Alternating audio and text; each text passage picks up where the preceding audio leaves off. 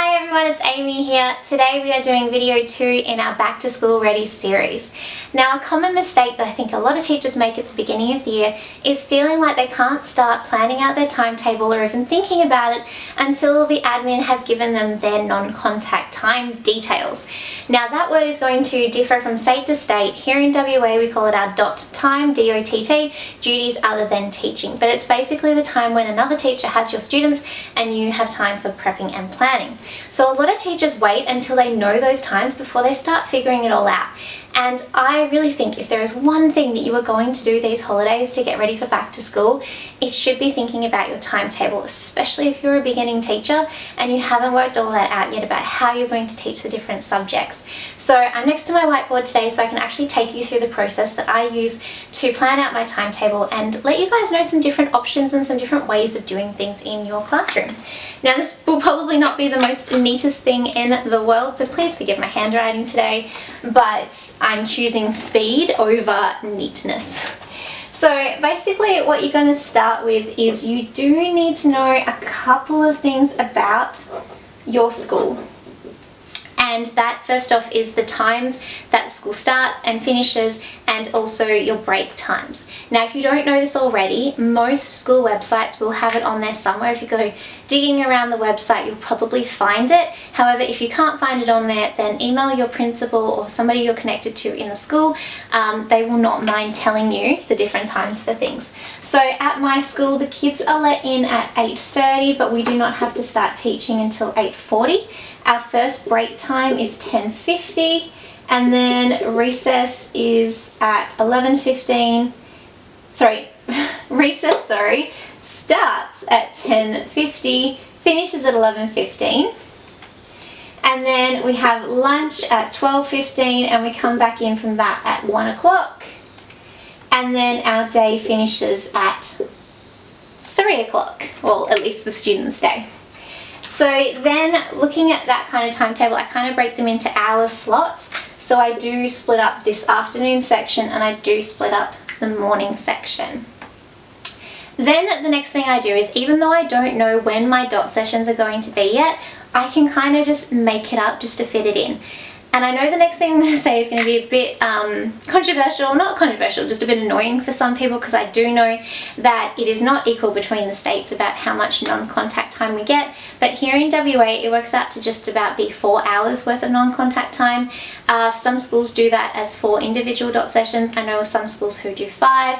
I do know that there are some states that only give 2 hours to their teacher. So I am sorry if you're in one of those states. I know it doesn't sound fair. You can always move to WA. You can come live over in this state. It is a wonderful state to live in. But basically what I do is I just make it up. So I just go, okay, I'm going to put 1 in there, 1 in there, 1 in there, and 1 in there. So I've got my 4 put in. Even though that's probably not the times where they're actually going to be, I can just swap them around later, and I'll show you that at the end. I also put in anything that is a regular event at the school. So for example, at my school we do junior and senior sport, so I'm in a year 5 classroom, so this session here is always senior sport. So I know that I don't have to plan for that. Also on Fridays we have our assembly every fortnight. So I'll write that in there. We also have library time as a separate thing. It's not one of our dot times. I usually like to try and put that right here. I usually like to try and get to the library first on the first day of school, and I'll slot that one in because I love having library on a Friday. There's a couple of reasons for that. Firstly, at my school, Friday is always a day you're less likely to have a dot session because it's when less of our specialist teachers work, and I have had a dot session. I've had one right there before, which was not a great one to have on a Friday afternoon. But yeah, I usually try and put library on the day when I don't have a dot session, just to kind of give you that break. And also on Fridays, it's a nice time to have it because you just don't have to plan for it. It's nice and simple to do. Okay, so that's most of our things that we have to lock in. Then you want to take a look at your school's planning documents. So if your school does operational plans, business plans, anything that's basically going to tell you that you're locked into doing a program or a specific thing. So at my school, we like to have 3 sessions in the morning that are uninterrupted that are just for literacy. So we call them literacy blocks. And in fact, I've just always done it that my morning session is just completely literacy. I feel like it's the time when the students are most focused. It's the most routines that we do, like things that are the same every single day. I try and get them done first thing in the morning. So all of these basically become my literacy block. And then I really like having maths after recess. I do mental maths for the first 5 minutes to 10 minutes of maths. So it's nice to bring them back in from recess, and as they come in dribs and drabs, I can let them get started on that, and it also refocuses them, it brings their head back into the game. So I really love doing maths there. And then after lunch, that's where I leave all the rest of the subjects, because I feel like they're not as brain heavy sometimes, and a lot of the time you're doing hands-on fun things like for technologies, digital technologies and design technologies. So I love leaving them for the afternoon. So have a bit of a think about if you want some regular timed slots. Do you want to try and put all your maths between recess and lunch? Do you want most of your literacy stuff in the morning? Or do you want to kind of sprinkle it around? One of my teacher friends at school loves doing her maths first thing in the morning because it's her favourite subject. So it brightens her up when she comes in thinking that she gets to do maths first. I know of other teachers who like to put their spread it out equally, so there's a literacy session kind of going down here and then a maths session going down here, so you're covering them equally in the morning. But definitely have a look at your school's planning if they have any, or ask your principal, is there any programs that we have to do? Is there any particular time slots that they have to be done in? Now, a couple of years ago, my school implemented guided reading, so it was a time where we had to do reading groups. We had to have a group with the teacher that rotated around, and you saw every group at least once a week. Now, I've kept that routine going, and I actually do that first thing in the morning. So I call that my literacy rotations. And at the moment, I only see each group once a day, so I do it 5 times a week. So in this case, I would just drag it across here, and then I would do it after my dot session on Thursday if that worked out that way, and then back to being Friday morning first thing up. And I usually spend about 20 minutes on that. I've got it locked into a nice routine. I know how long things are going to take. Next year I'm actually changing that up. I actually want to see 2 groups a day. So I'm actually going to let that run for about 30 minutes and break those down into 2 rotations of 15 minutes each. So that's going up there. And then I have spelling, which again is routine. So as soon as literacy rotations is finished, I can go, okay guys, it's spelling, and they'll know that every single day they have to get ready for spelling during that time. So keeping your morning really routine just helps the flow of it, helps your students get really into things. And I feel like that session goes really quick, and quicker than if I was all over the place and the kids weren't knowing, like, oh, are we doing spelling first today, or are they doing this or that? After spelling, I like to do vocabulary. Vocabulary is just a quick 10 to 15 minute thing in my classroom that I do. And then that's kind of like the routine done. And then I do different things on each day. Because they are all, sorry, that should have come down here. So that the literacy rotations and spelling would come after the dot in that morning session. Then I fill up the rest of the things that are to do with literacy that I have to do. So I have to do a text type lesson every week. Like, that's just something me personally that I do. Every term is a new text type. So I might put the text type lesson here. And then I love to have another writing session. So it's usually one that I call creative writing. Sometimes it's giving the students the freedom to write whatever they want to write, and sometimes it's revising text types that we've done. So say for instance in term 1, if I'm doing persuasive writing as my text type, in term 2 or 3 or 4, I'm probably going to want to revisit persuasive writing at some stage to keep all the stuff they've learned fresh in their head. So by having a creative writing session, I can cover those text types again. Then I love to do a reading comprehension as a whole class lesson, so we all have the same text and we're all reading it. And yes, that is in addition to the literacy rotations, which is more specific to a particular group and their needs. This reading comprehension is more for the whole class, and we sit down with a specific text and all read it at the same time and then answer questions on it. And then that's pretty much my literacy done. I do try and squeeze in grammar things in different pockets. So once you start teaching, you'll figure out like the rough timing of things. When it's very routine, you're doing the same thing, same style each week, you can fit it into a certain particular amount of time and go, oh yeah, I know that all of that takes me half an hour to get through. So I know that I don't have any pockets of space on this day, but on this day here I probably have like a 20-minute free pocket. And so that's where I'm going to put something like grammar, where I'm wanting to cover spelling rules or parts of speech, or I might choose to do some punctuation lessons there. I might find that I have, like a 10-minute pocket of time here where I'm going to do some incidental teaching. So maybe I notice that a lot of my kids are having problems with the theirs and getting them all confused. So that 20 minutes is just a nice pocket that I can have where I know that I can fit things in on an as-need basis. But everything's going to mainly stay very structured and the same every week, which is really going to help you when you're planning.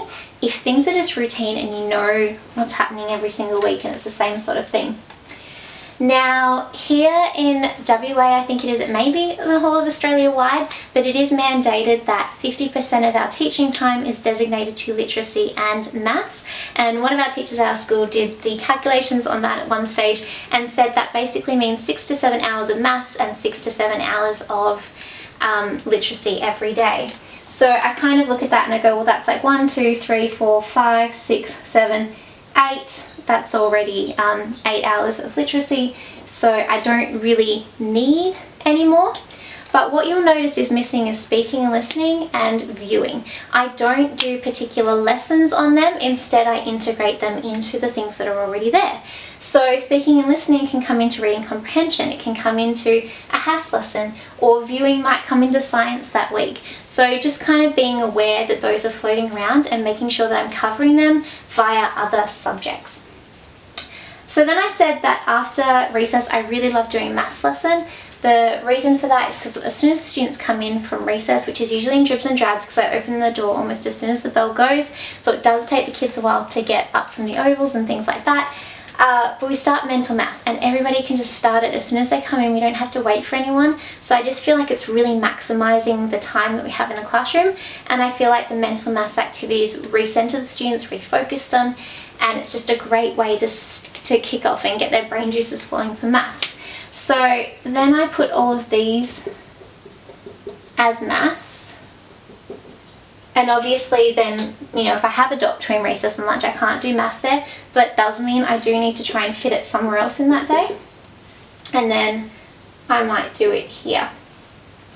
Now obviously that is only 5 and I want to try and aim for 6 to 7, so what I usually do is a problem solving extra lesson. So on the day when I do have to do a double maths, it doesn't feel like they're doing double maths exactly. It feels like it's 2 separate subjects, which is nice to do. I don't love doing maths here, so what I would probably do is, because literacy, rotation, spelling and vocab only really go for like half an hour, creative writing would probably fit in there quite nicely, and what I'd probably do is squeeze maths in there like that. Something that's not on here at the moment that I love to do is straight after lunch, I love to do silent reading, because I just feel like it centers the students, it brings them back in from lunch, it calms them down. It's my time to do one-on-one assessments, so while the rest of the class is reading silently, I call students up to do either multiplication testing at the beginning of each term, or I also do running records during that time as well while the rest of the class is silent. I like giving each subject 1 hour per week. So what that means is that I might do HASS here every week, and then I might have health here, and I might have technologies, digital and design and technologies there. Science is one of our dot sessions, art is one of our dot sessions, music is one of our dot sessions, so I don't have to worry about them.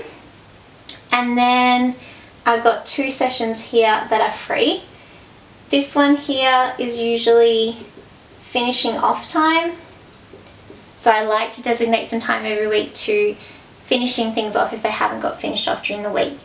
My timetable is pretty good at the moment, that I usually don't give too much excess work, so it's not usually like whole class tasks that we're doing. It's usually the slow students who have a couple of things left to do, which means the fast students, the ones who finish on time, who submit their work, get it all done, they usually have some free time during that time. And I say free time, but working on social skills is still a skill that they need. It's still important. If I'm in lower primary, giving them time to play, like there is nothing wrong with doing that.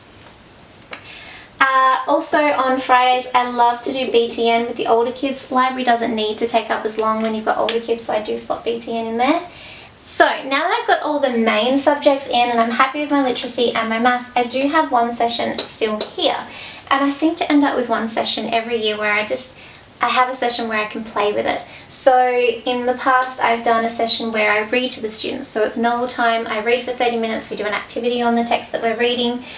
Sometimes I push that into here, especially on weeks when we don't have an assembly, you could rotate it. I have done STEM before, which is what I've done for the last 2 years in my Year 5 and Year 4-5 class. So I think I'll probably put STEM in there again. But it's always nice to have one lesson where you can just play, where you can just do something. Maybe it's just an integrated one. Before STEM was introduced at our school, I did used to do a theme lesson, which just meant that we had a theme in our classroom. Oh, the days when we used to do themes. I don't feel like we have as much time anymore to do a theme. And it would just be something to do with that. So, you know, if we were doing Egypt, then maybe it was making canopic jars, or maybe it was just, you know, just learning about something to do with Egypt or going on a virtual tour. It can be nice to have a lesson to play around with.